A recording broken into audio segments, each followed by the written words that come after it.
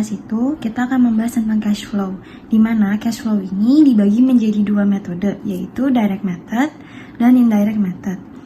Simpelnya adalah direct method ini melihat dari pemasukan dan pengeluarannya saja, dan sedangkan kalau dari indirect method dia melihat dari laba bersih. Kedua ini hanya mempengaruhi dari operating activities, sedangkan finance dan investment activities-nya tetap kita akan melihat dari direct method sendiri. Karena direct method ini bisa dibilang lebih simpel dibandingkan metode indirect, dia lebih sering dipakai karena kita hanya melihat dari pemasukan dan pengeluaran langsung. Di sini untuk operating expense, pertama kita melihat dari pemasukannya, cash received from customer. Nah, di sini dia tandanya pasti positif karena dia menambahkan arus kas masuk ke dalam perusahaan. Sedangkan untuk melihat arus kas keluarnya, kita melihat dari pembayaran kepada supplier, operating expense, pajak penghasilan, ataupun bunga jika ada. Nah, di sini yang akan mengurangi dari pemasukan ini, sehingga jika pemasukan dikurangi pengeluaran, ia akan menghasilkan arus kas yang dikurangi dari operating expense. Sedangkan indirect method di sini akan lebih rumit sedikit. Yang pertama kita melihatnya dari langsung laba bersihnya. Di sini kita melihat laba bersih, tetapi ada beberapa akun-akun yang sebenarnya tidak mempengaruhi arus kas. Maka dari itu kita harus mengurangi ataupun menambahi jika akun-akun itu yang telah disebutkan tadi. Yang pertama, seperti depreciation expense. Di sini dia akan menambahkan arus kas. Kenapa? Karena depresiasi itu dia tidak mempengaruhi arus kas sama sekali. Dia hanya mengurangi masa manfaat, tetapi tidak mengurangi uang yang ada dalam perusahaan kita. Maka dari itu depreciation expense-nya ini dia harus menambahkan. Maka di sini dia lambangnya adalah positif. Lalu gain on disposal of plant asset. Di sini dia gain kan, di sini ada pemasukan. Namun yang namanya disposal itu adalah kita menghapuskan plant asset yang ada di perusahaan kita. Nah, karena kita menghapuskan, berarti kita tidak mendapatkan tambahan uang apapun kepada perusahaan kita, sehingga di sini dia lambangnya akan negatif. Nah, selanjutnya adalah increase in account receivable. Increase in account receivable itu berarti piutang kita bertambah. Nah, di sini piutang kita bertambah. Kenapa? Dia berkurang karena berarti kita menambahkan piutang yang ada dalam perusahaan kita, sehingga dia mempengaruhi arus kas, yaitu kita harus mengurangi angka yang dari account receivable ini.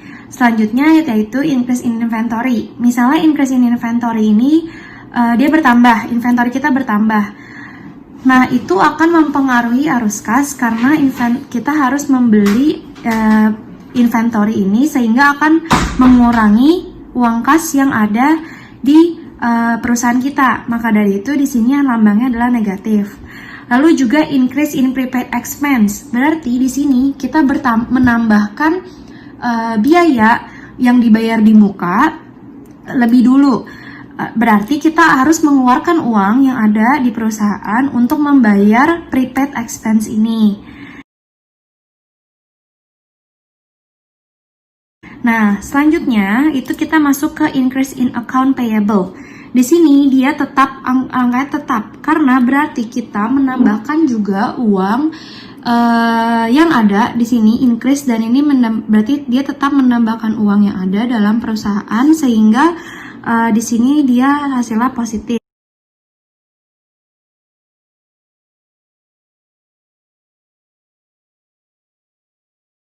Menambahkan. Sedangkan kalau decrease in expense payable berarti artinya kita membayar hutang yang ada di perusahaan, sehingga uang yang ada di perusahaan kita akan berkurang, sehingga di sini dia akan negatif.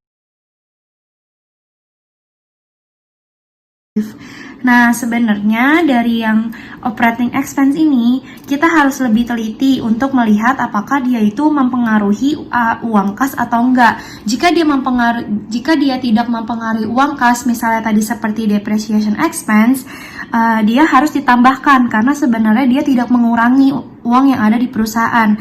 Sedangkan misalnya yang ada di increase inventory, dia membeli inventory kita naik, dia berarti mempengaruhi uang kas yang ada di perusahaan, sehingga increase in inventory-nya harus kita kurangi angkanya. Cash flow from investing activities dan financing activities itu tidak ada bedanya untuk metode indirect maupun direct.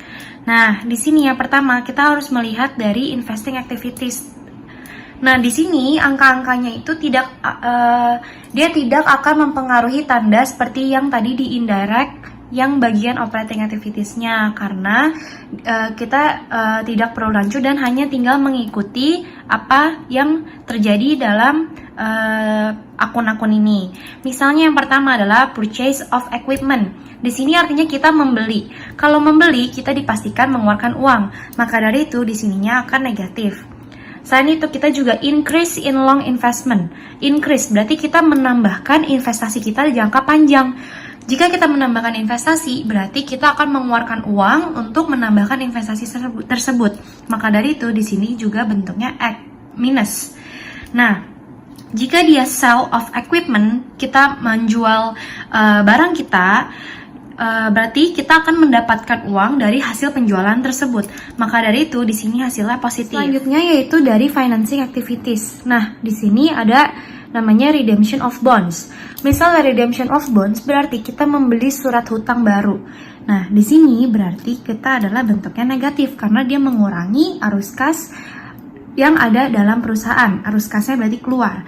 Nah, selanjutnya misalnya issue of ordinary shares. Berarti kita mengeluarkan saham dari perusahaan kita. Jika kita mengeluarkan saham dari perusahaan kita dan ada orang yang membeli saham kita, berarti kita akan mendapatkan penambahan uang dari pembeli saham itu. Maka dari itu di sini adalah bentuknya positif karena uang yang ada di perusahaan kita arus kasnya bertambah. Nah, selanjutnya adalah misalnya payment of dividends. Payment of dividends ini dia tandanya berkurang. Karena tanda berkurang ini kita melakukan pembayaran kepada pemegang saham kita. Yang artinya itu berarti di sini adalah cash dividends. Semua yang ada di akun-akun ini pasti akan mempengaruhi arus kas kita.